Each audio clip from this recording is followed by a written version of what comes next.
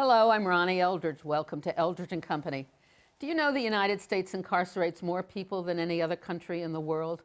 And then 2/3 of those incarcerated return to prison within 3 years. Since most people in prison are eventually released, the question begging to be answered is, why is the legacy of incarceration so much recidivism? Why aren't more of these people leaving prison, rejoining the outside world with a chance for success? There's no one better to discuss this with other than Sheila Rule, a former New York Times journalist and editor and co-founder of the Think Outside the Cell Foundation. Welcome. Thank you so much for having me. Thank you. It's a pleasure. So how did we go from reporting for the New York Times and writing for the New York Times to Outside the Cell? It's a personal story and journey. It is a personal story. It began about 12 years ago when I was at the Riverside Church at homecoming. That's the end of the summer when the minister returns, congregation is back from summer vacation, and they have something called a celebration of lay ministries. That's where all the clubs and organizations try to get new members. So I was there and I'm walking, looking at the various brochures, and I'm passing by the prison ministry, and a woman sitting there points, for some reason, points at me and says, "You need to belong to the prison ministry." I said, "I'm game." So that's how it began. And when I first joined, they said to me, you're a journalist, you're a writer. Would you please respond to letters we received? I said yes, and reading those letters changed my life. It's amazing, isn't it? Yes. I don't know how I got involved in prison, but when I was the director of the Division for Women, somebody said, "You have to go up to Bedford Hills and meet these women." Yeah. I said, "I don't really want to go," but I went up there, and it was just staggering. And then the phone calls kept coming in of women being released with no place to go, nothing to do, nothing. So we started an organization. But yours has a more lasting impact because there were other people doing some of the things similar. The tag of Outside the Cell is End the Stigma. Right. Expand opportunities. So tell me what the foundation does. Sure. One of the kind of guiding forces for us is the goal of ending the stigma of incarceration. That stigma plays out in so many ways, so that if a person has been incarcerated, when they come home, it is very difficult often for them to find employment, to get housing, to get, in some cases, public benefits, to get higher education, to vote. It is something that really is a huge barrier to a successful life, to really rejoining society and making some type of contribution. It makes living heavy lifting. So that we feel that one of the ways to tackle this, a very important way, is to humanize these men and women, because they are human beings. So often they're seen as statistics, they are presented as stereotypes, they are not considered as human beings. So that you end up with a situation where the feeling is once a criminal, always a criminal. For example, I think of one case in particular that really illustrates this.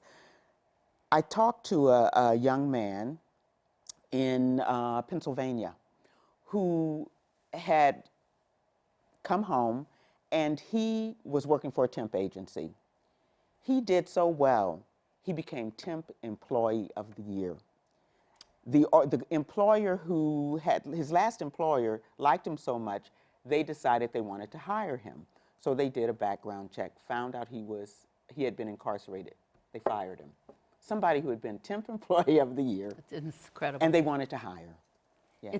There's a campaign called Ban the Box. Yes, that is the Ban the Box, which deals with collateral consequences. Yeah, it's a check on employment forms. Exactly, that's so right. We don't want to do it. That's right. But you know, this whole thing is so basic to the philosophy in this country, which is really vindictive. Exactly. Unforgiving. Right. And then what was the point of prison? I mean, that's the other, is that the basic point of the debate is, do you have a prison just to punish and put people away? Or do you have the hope of, I hate the term, but the rehabilitation, that somebody has the time to think and come to a conclusion that they're going to change their way of life? Right. Yeah. Well, I think you're onto it, because in this society, it is perpetual punishment. Absolutely. It is, you have never paid your dues. You have never paid whatever you were supposed to pay, so that for the rest of your life you are branded. You are branded, which means you're marginalized.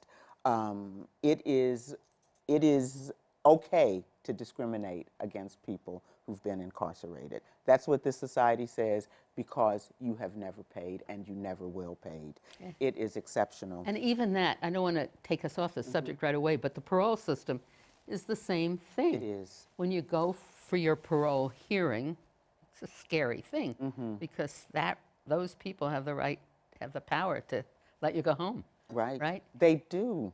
And all they want to talk about is, what was your crime? Right. Absolutely. Just, so it's so embedded in our system. I don't know, it's very disheartening. It is. It is embedded, and it can be disheartening, but there are a lot of people working on change. Yeah. And I think one thing that we keep in mind is that there are plenty of people out in the world, out in this country, who don't think about this issue. Yeah. It's not that there are our opponents. Right. They just don't think about it. It's not part of their lives. So that when they begin to think about it, when they're presented with people who are human beings, who are doing good things, who have transformed their thinking and their lives, then they say, oh, you know, I didn't think about it, but yeah, that's okay with me. That person's okay with me. I'm reminded there are some students at Rutgers University I'm working with on our parole reform campaign, and they had to do interviews with people who were formerly incarcerated and who had come home and are leading good lives. Before they did the interviews, one young man said, well, you know, they can live their lives or whatever, but I would never, ever have somebody who's formerly incarcerated take care of my son. By the time these interviews ended, he said, they could babysit my kid anytime. These people became human beings. Yeah, I was just thinking about it because, I mean, it's such a general problem that we talk about. It's related to poverty, it's related to race, it's related to everything. And one of the striking things as I think about it is white-collar crime, or white people who have gone to prison come back. First of all, most of them come back changed. I mean, a little bit. They want to do something. I'm thinking of Milliken and these other guys, you know, the people from Nixon administration, when they see what goes on, the former judge from New York State, when they see what goes on in prison, they at least become advocates for reform. But it's also more forgiving for them. Now, why? I mean, what do we do? Well, but you're right. It is more forgiving for them. Because I think what happens is, when you think about it, a lot of people who are not the white collar, who haven't committed the white collar crimes, tend to be people of color.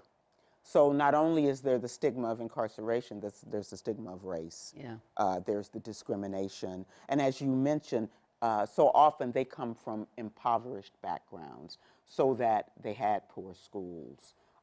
They didn't get a good employment, etc. So it's this kind of perpetual stigma in so many ways. And when we incarcerate somebody, we don't really do that much, or we haven't in recent years. I think it's changing in other parts of the country and maybe a little bit here. But just look at the recent announcement that Governor Cuomo was going to add more schooling in the prisons, right. And the response was overwhelming, so that negative, so that he did something that he rarely does. He walked away from it. He walked away from it. Because it's an election year, because it was Exactly. upstaters. Was it mostly there is a difference also between, isn't there, with people Right, yeah. urban areas and other parts of the state? Yeah, a lot of, you know, you're talking about a more conservative area. you're talking about Senate Republicans who take on the issue in They're still old-fashioned. well, not only old-fashioned, but they take on the issue in fear-mongering ways, Right. so that it's not about what is true or factual. It's about what can Stop crime. what can make this, what can satisfy our voters or keep them afraid, so that the more progressive elements cannot win the day. Right. Yeah. It's also, and we talk about the prison industrial complex, and boy, we certainly see that. I mean, unfortunately, a prison is the center of the economy of other locations. That's right. That's right. And that's it's a very got powerful group. right. It's a very powerful group, and it's also a kind of a powerful issue among ordinary people who live upstate, so that when Governor Cuomo, I think it was in his state, first state of the state, he's even said, this isn't supposed to be an employment Yeah. thing. This is, the Right. prisons are not for employment. So that really Right. got people saying, wow, that's fantastic. But since then... That's when he was closing prisons, because they were yeah, empty, because right. we've had a prison Right, drive. yeah. But just the other day, Norman Seabrook, who's head of the correction officers, went on a rant about the new criminal, whatever, corrections right, head of commission corrections. in New York, who wants to put in more humanistic policy, especially in Rikers Island, which has been the scene yeah. of such terrible things. Right. That was astonishing to me. Seabrook. Yeah, but they, to them, it's us against them. I think that is it more than anything. When you look at the situation at Rikers Island, horrendous, horrendous. Most recent case, the man so overheated, Yeah. horrendous. You walk into Rikers, you really feel, you feel your humanity diminished. It is that oppressive But a place. you feel that really going into almost any prison. You do, but If I go to visit, I'm instantly angry. right. But I think one thing about Rikers is, as soon as you walk in, before as you're about to get Right. You have to go through frisked or yeah. whatever, there are these photos of slashings and blood, and it's like, whoa. Let's get out of here. Yeah. Right? Let's talk about the foundation. Sure. Exactly. It not only helps people in prison inside, but it also, helps outside? Yeah, Do you help basically- find jobs, or are you basically a policy person? No, I would say we're more the creative arm of this larger movement for change among criminal justice advocates, so that we will do a range of things. We say one of the most important things anybody can do for this population is tell their stories. Because when stories are told in a range of ways, then people begin to listen. I mean, I'm a journalist. I was a journalist so many years. I know the power of stories. So that we've published books allowing people who are incarcerated and formerly incarcerated to use us as a platform, so that it's their unfiltered words telling their stories about their families, about their children, about what it was like when they were finally released and recidivated. What happened? So they tell their own stories. Our first book was Think Outside the Cell. That was entrepreneurship, to really think of other options for people for whom there are so many barriers. So that we do that, we have a short documentary on our website. It's a great documentary. Thank you, featuring people for whom the stigma is alive and well. So that we try to do creative things. We also have something called the Prison to Prosperity Fair. And that is to raise the profiles of people who have been incarcerated, on the one hand, to the public, but also to help them think about ways they can help themselves to overcome barriers. So for example, the last Prison to Prosperity Fair was in October at Lehman College, and we decided to do a Shark Tank, which is a popular ABC show where these moguls decide whether they're going to you know, help finance something. So we had some good people. We had as our judges, we had Ed Lewis, founder of Essence Magazine. We had Lloyda Lewis, who is a philanthropist and businesswoman in her own rights, but also the widow of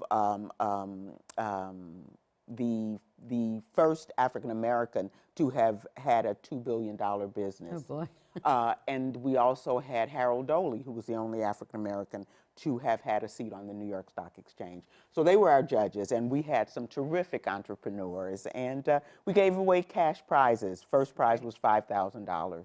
So great. Where do you get the money? Well, we got the money from funders.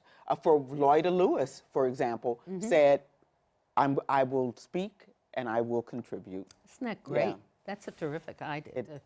It is. So the film shows these two people who are, one is a woman who's just been released from prison, and that was sad because the man is working and helping others. But the woman, she can't find a job because it's always because of the record. She can't find a place to live because people don't want to rent. Yeah. They can ask, the landlord has the right to ask you if you've been in prison, incarcerated? Yeah, well, you have de jure and de facto, so that whether they have the right or not, people do. People do. It is very common to be asked. So, where have you been for the last 5 years? Yeah, where have you been? Or and also with housing, you also have other issues, so that even if you're not asked, you're asked things like for your credit record. If you've been away, you don't have one. You know, references. So it kind of bubbles up these issues, as you said, where you've been and what you've been doing. You know, those kinds of things bubble up because of the other things. And then you've restricted, because if you're on parole, you can't be with other people who are on parole. You've got all of these different. There are all kinds of things. You can't travel. Just to affect your life. Yeah, there are all kinds of things. You know, 9 o'clock, you better be at home, and so let me tell you. You just mentioned credit. People in prison can earn money.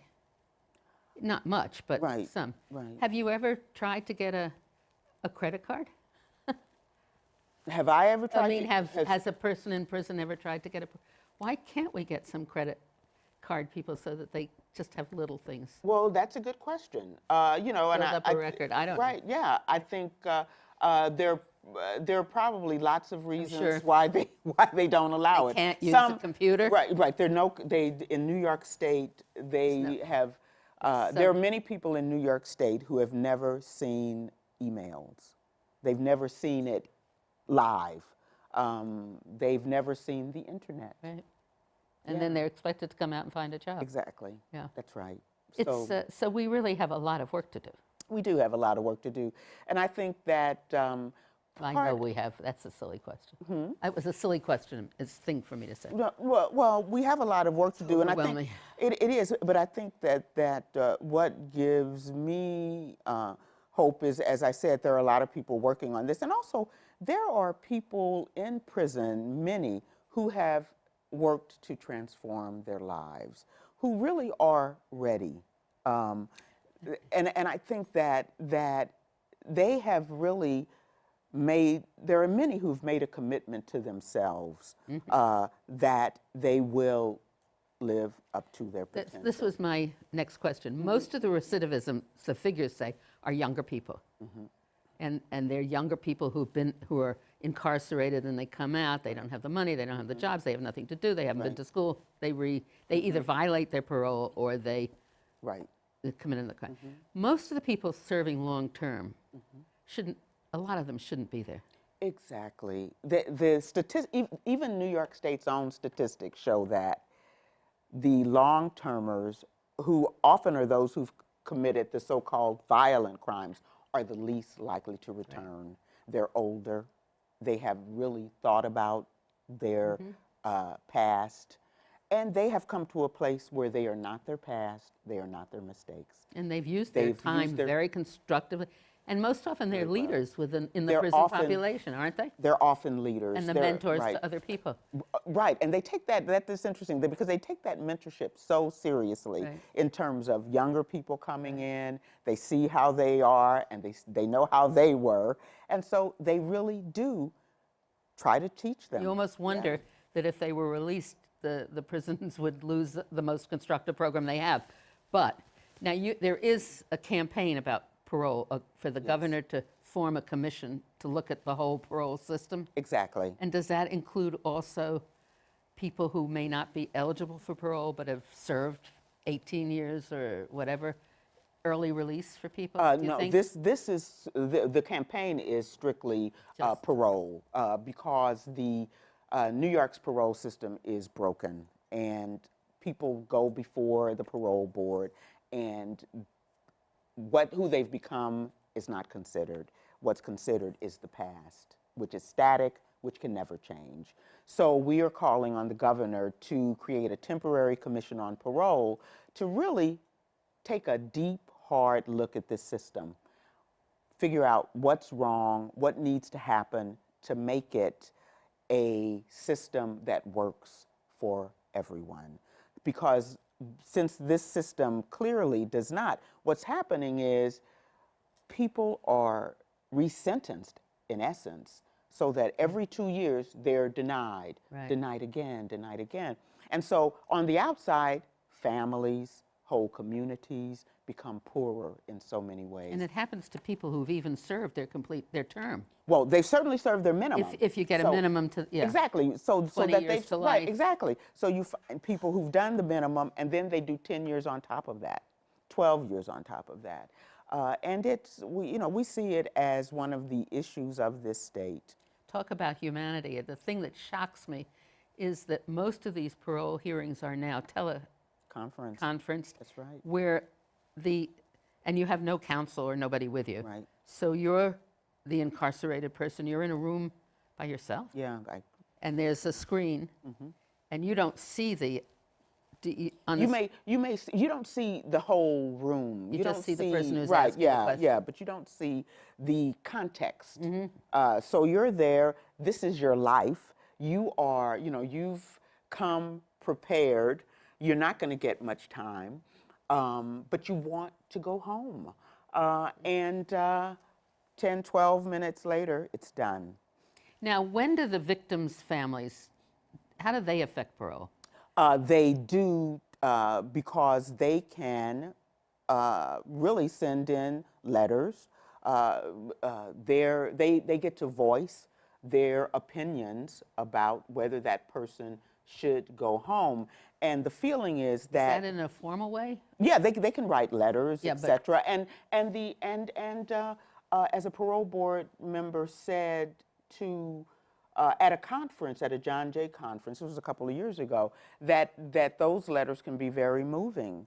And so the question becomes, so what does the person who is incarcerated have to counteract that? And can families also send the letters about of the person who's incarcerated?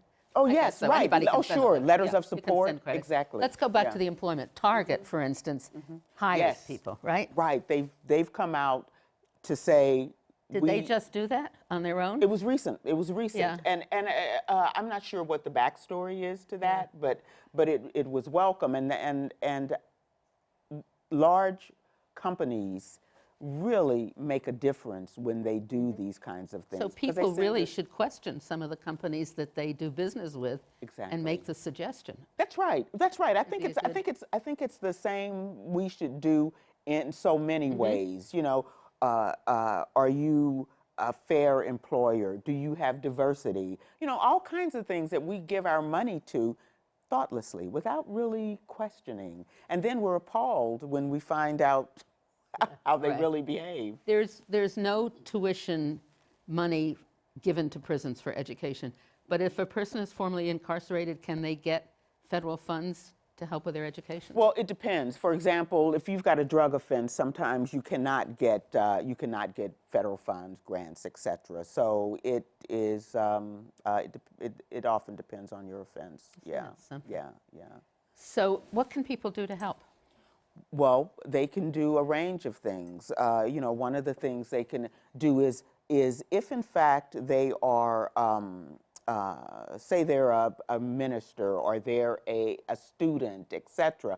We have information on our website and also on our parole reform website, parolereformnow.org, which talks to you about you as a stakeholder and what you can do. So that's one of the things. And thinkoutsideTheCell.org, they can go there and they'll see what stakeholders can do. There are all kinds of little things, big things. They can join our parole reform campaign, and they can begin to take a look at themselves. Would I want to be judged by the worst thing I've ever done?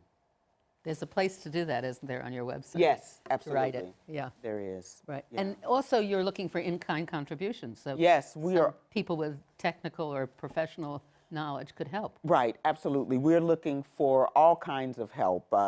People who are good at social media, people who are good at development, meaning fundraising, people who are good in terms of the legal context. So if you want to get involved, we'll find something for you to do. Thank you very much, Sheila. And are you optimistic about the change? I am optimistic because I really believe that more and more people are thinking about these things, caring about these things. We have a window of opportunity now, and we're trying to scramble through it. And thank you very much. Thank you.